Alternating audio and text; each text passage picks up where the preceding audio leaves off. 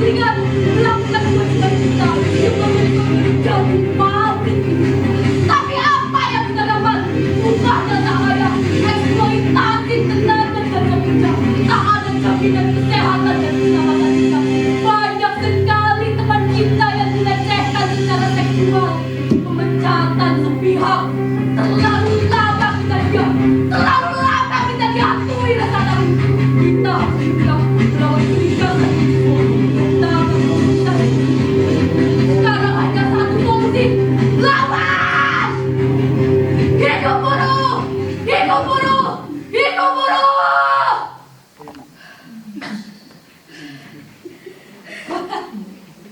Ya, seperti itulah semangatnya aku. Aku seperti singa yang mengaum di antara ribuan panah. Semua mata tertuju padaku dan mereka pun diam. Entah karena isi orasiku atau karena kata-kata itu keluar dari mulut perempuan yang selama ini terkesan diam.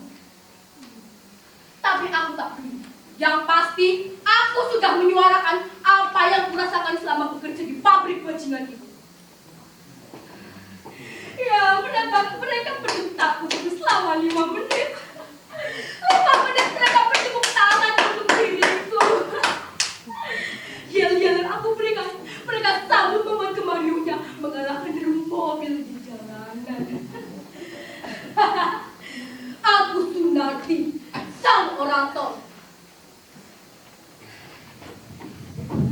Ya, bagi rekan kerja biasa sama orang, aku mungkin saja jadi pahlawan. Karena telah mewakili mereka yang tak berani percaya. Yang cuma bisa ngomongnya di belakang. Yang bisanya cuma corak-corak tembok, hidung, lipstick, kapur, dan juga pilok. Kalau nggak salah, waktu saya masih bekerja di pabrik, saya lihat tulisan-tulisan saya itu. Seperti ini. Wahai manajer tampan, pergilah ke neraka. Kepada supervisor cabul, mending kerja di PSK sajalah, ngapain kerja di sini?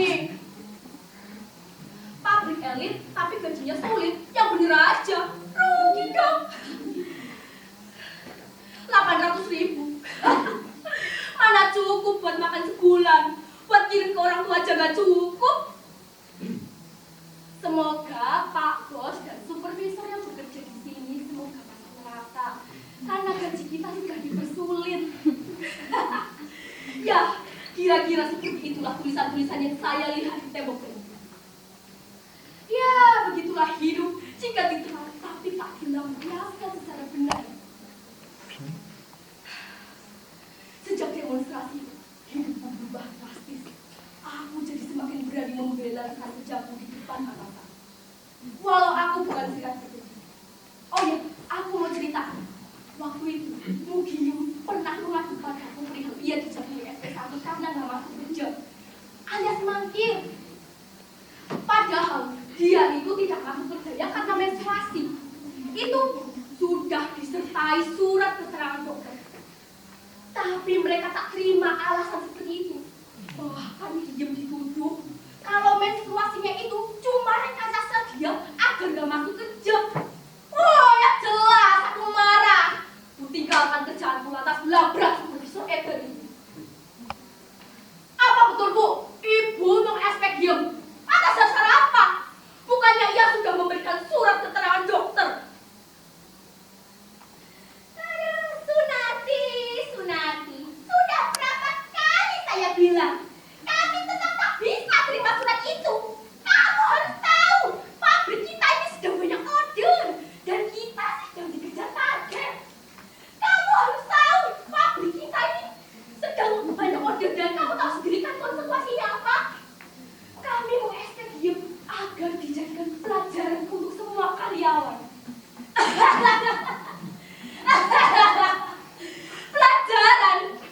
Pelajaran katanya, pelajaran. Pelajaran yang mana? Dan siapa gurunya? Siapa guru yang menjelaskan kalau perempuan tak boleh menstruasi kalau lagi banyak order? Aku pikir pelacur sekalipun akan istirahat dari melontenya kalau sedang tetap bulan. itu pun aku tak terima mendengar alasan itu. Lalu aku langsung jelaskan tentang biologisnya menstruasi. Ku jelaskan pula hubungan industrial antara buruh dan majikan. Saat itulah mukanya memerah, lalu dia menyuruh keluar dari ruangan. Tapi aku terus peduli dan terus melontarkan pikiran-pikiran sosialis. Hingga akhirnya ia menampakku di bibirnya. Orang sakit kau! Kamu telah berani meminta atasanmu. Komisi kamu saya potong jawabnya. Dia pikir aku akan menangis karena dapat membangun. Menangis sebuah kata yang tidak kuhabis dari kehabisan. Tamparan perawan tua itu banyak minyak tanah yang disebutkan lalu memperbesar api dalam dadaku. Sampai ia menjawabkan punyaku untuk karena jidat yang mengejar budaya.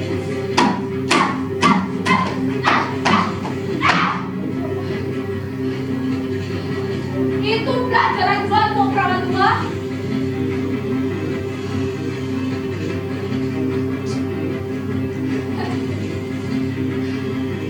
Tebakan kalian benar.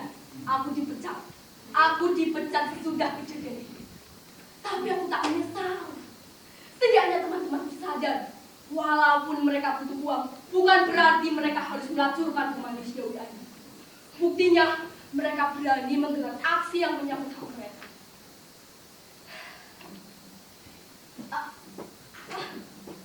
Suamiku. Kenapa kalian tanya suamiku? Ia baik-baik saja.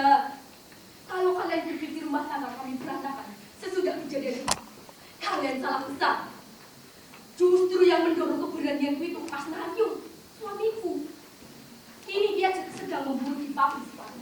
Di tempat kerjanya, ia mendapatkan julukan si petir. Sudah hampir 7 pabrik. Ya, 7 pabrik yang jejaki. Dan semua permasalahannya hampir sama. Berputar soal upah, tunjangan, cuti, uang makan, dan semua tenek-tenek kebutuhan. Dan Mas Naryo yang sudah melalap panjang lama, selalu saja menggebu-gebu dan mengangkat semua permasalahan itu sampai ke permukaan. Mas Naryo tak pernah mau jadi pengurus serikat kerja. Baginya, pengurus serikat kerja sudah bukan lagi DPR yang parah, melainkan jadi organisasi penjilat pokok atasan agar mudah dapat jabatan. Memang sih tak semuanya seperti itu. Tapi kan jatah rata-rata. Kebijakan yang seharusnya memperbaiki itu malah dikorbankan untuk diri sendiri. Aku jadi ingat ketika pertama kali ia bekerja di pabrik tersebut. Saking jengkelnya pihak perusahaan pada masanya. Semua cara mereka tempuh agar ia diam. Itu intinya. Pernah sesudah demonstrasi, ia ditawari menjadi group leader atau mandor di badan. Sudah jelas Mas Naryo menolak, karena bukan itu yang diinginkannya. Saat itu, pihak manajemen pun mencari jalan lain, yaitu mem-PHK-nya dengan sedikit pesangon. Lalu saat itu juga, waktu ia masih bekerja di pabrik sepatu, ia kehujanan saat berangkat bekerja. Sudah pasti, seragam dan sepatunya itu basah. Lalu ia pergi ke loker untuk membelikan sepatunya. Lalu ia memakai sandal, entah punya siapa, ia pakai saja. Tak ada masalah awalnya sampai tengah hari. Hingga akhirnya dia disuruh menghadap personalia. Mas Naryo dituduh mencuri sandal temannya. Mas Naryo pun tak terima dengan alasan seperti itu. Lalu ia minta bukti. Lalu dipanggillah Sugondo yang mengaku bahwa ia kehilangan sandalnya. Perdebatan sengit pun tak terelakkan. Alhasil ia dijatuhi SP3 dan dirumahkan selama 3 bulan. Waladalah, dalam kasus ini pun serikat pekerja juga telah ikut permainan. Terbukti pembelaan yang mereka berikan itu ya cuma formalitas dan diakhiri dengan kalimat, kami tak bisa maju lebih jauh lagi, kasusku berat. Ya, dari situlah Mas Naryo mulai berkesempatan arang pada yang namanya serikat. Loh, kok jadi bicarain suamiku sih? Aku berdiri di sini kan hendak membicarakan diriku sebagai orang tua. Ya sudah, aku lanjutkan saja. Maaf kalau suara saya sama. Soalnya saya teriak. Sudah hampir 10 tahun aku bekerja di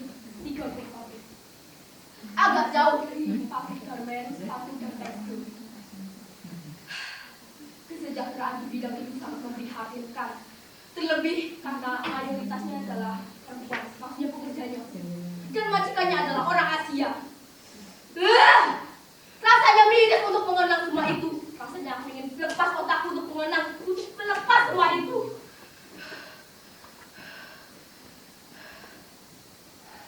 Komunitas warga pinggir kota diketuai oleh Mas Nari. Aku membantunya sebagai wakil, berhubungan dengan elemen-elemen masyarakat bawah dan membangun kekuatan massa. Sedangkan Mas Nari sendiri lebih bekerja di atas, membangun jaringan dan mencari celah agar bisa dimasuki secara finansial. Kami memiliki prinsip kerja. Siapa yang bisa bayar kami lebih banyak, maka kami akan tambahkan kekuatan massa yang dibutuhkan. Jangan beritahu siapa-siapa. Kami tengah menyiapkan aksi tentang kebijakan pemerintah yang merugikan rakyat. Ada yang mau ikut? Yang kepala kami hargai 100.000. Dana dari mana? Tak usah tahu. Kalau dana itu kami dapatkan dari rival politik ke pemerintahan sekarang. Dan aku sudah menyiapkan orasi yang aku pikir lebih dahsyat daripada janji-janji partai waktu pemilu kemarin. Seperti ini. Saudara-saudara sebangsa setanah air, sejak reformasi dulu kita sudah sepakat bahwa kolusi dan nepotisme harus diberantas. Tapi pada buktinya masih saja semua itu terjadi.